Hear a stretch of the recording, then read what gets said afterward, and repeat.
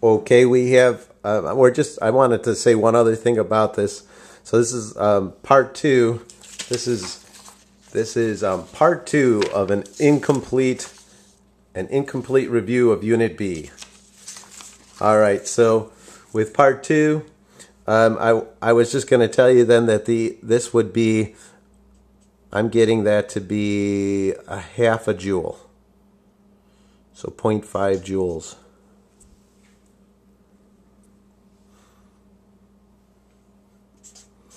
Okay, my next question is, how much work would be done if I moved this from 10 centimeters to 20 centimeters? How much work would I have to do to move this spring from the 10 centimeter stretch to a stretch of 20 centimeters? How much work would I have to do? Okay, go ahead and pause and try and figure that out. Okay, we're back. The amount of work you do is the area underneath this. Now you can look at it as the area of a trapezoid, or the area of a rectangle and a triangle, or you can look at it as an area, this area minus this area. There's a bunch of ways you can look at it. Since I already know that this is a half of a joule of work, then I know that this is another half of joule of work, and here's another half and another half. So how many joules of work going from this to this? It would be 1, 2, 3, so it's 1.5 joules. That's how many joules of work. It's just the area underneath this part of the graph, just that part. So that's 1.5 joules. Okay, next. Hey, if you have a net force, if you know the net force on an object, and this is graphing how the net force varies over a distance x, then if I asked you what the change in kinetic energy is for the first 2 meters, what is the change in kinetic energy for the first 2 meters? Go ahead and pause. Okay, we're back. To get the change in kinetic energy, since the work done is equal to the change in kinetic energy, the area underneath this graph is work again. And so I just need to get, for the first 2 meters, I just need to get that area. So that's going to be 1/2 the base, which is 2 meters, times the height, which is 20 newtons. So that gives me, does that give me 20 joules?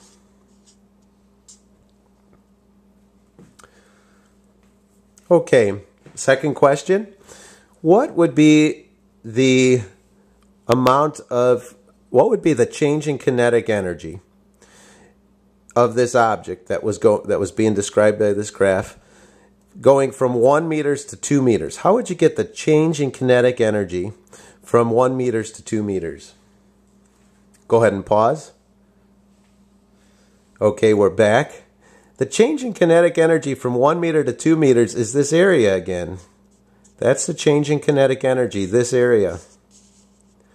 So once again, maybe this time I'll find this area by, maybe I'll use the area of a trapezoid, which is the base times the average height.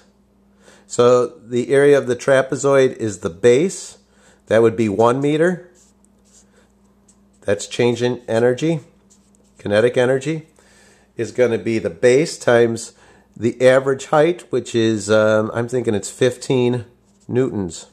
That's another way to get that area, is to get the area of a trapezoid. So that's going to be 15 joules. Notice that there's more work done going from 1 to 2 than from 0 to 1 meters. Onward.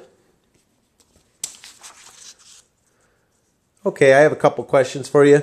What is the unit for momentum? What is the unit for momentum? Go ahead and pause. Okay, the unit for momentum is, the way you figure this out is momentum is mass times velocity. So the units would be kilograms, and velocity is meters per second. That is the unit. There's no other basic unit for it. It's just kilograms meters per second. Okay, next question. What is the unit for impulse? Go ahead and pause. Okay, the unit for impulse is, since impulse is the change in momentum, then anytime you have a change in something, it's the same units as the something. And so, because it's just going to be P final minus P initial. These are vectors. Should probably put vectors on them. And so the unit, again, is going to be kilograms meters per second. Okay, next. What are the units that make up the Newton? A Newton isn't a basic unit. What are the basic units that make up the Newton? Go ahead and pause. Okay, we're back. To figure this out, we're just going to use F net is equal to ma. Newton's second law, vector, vector. And so the units are going to be kilograms, since mass is in kilograms, and A is meters per second squared. Those are the units. That's what this is equal to 1 Newton. That's good to know. Okay, next. What units do you get when you multiply newtons times seconds? What units do you get when you multiply newtons times seconds? Go ahead and pause. Okay, since newtons times seconds is the same thing as kilograms meters per second squared times seconds, I'm thinking you get kilograms meters per second. Hey, that sounds like a momentum. It's actually a change in momentum. That's because F net times delta time times t, let's say, that is the change in momentum. So we shouldn't be surprised that we get kilograms meters per second when we multiply newtons times seconds. Newtons times seconds gives us kilograms meters per second.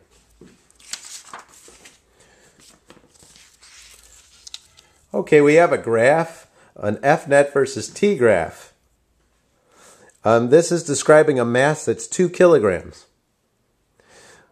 Okay, my question of you on this one is, can you tell me what the acceleration of this object is at 1 second? What is the acceleration of this object at 1 second? Go ahead and pause. Okay, we're back. So you go to 1 second. You go up and over, that's 4 newtons, so the acceleration is going to be the net force, 4 newtons, divided by the mass, 2 kilograms, so that's 2 meters per second squared. Okay, my next question of you is, can you tell me what the change in momentum will be for the first 2 seconds? What would be the change in momentum for the first 2 seconds? Go ahead and pause. Okay, we're back. All right, now if you look at this, the area underneath this graph is the change in momentum. So delta P is the change in momentum for the first 2 seconds. And so if you calculate that out, the area is 4 newtons, since it is a rectangle, times 2 seconds. So that's 8 newton seconds.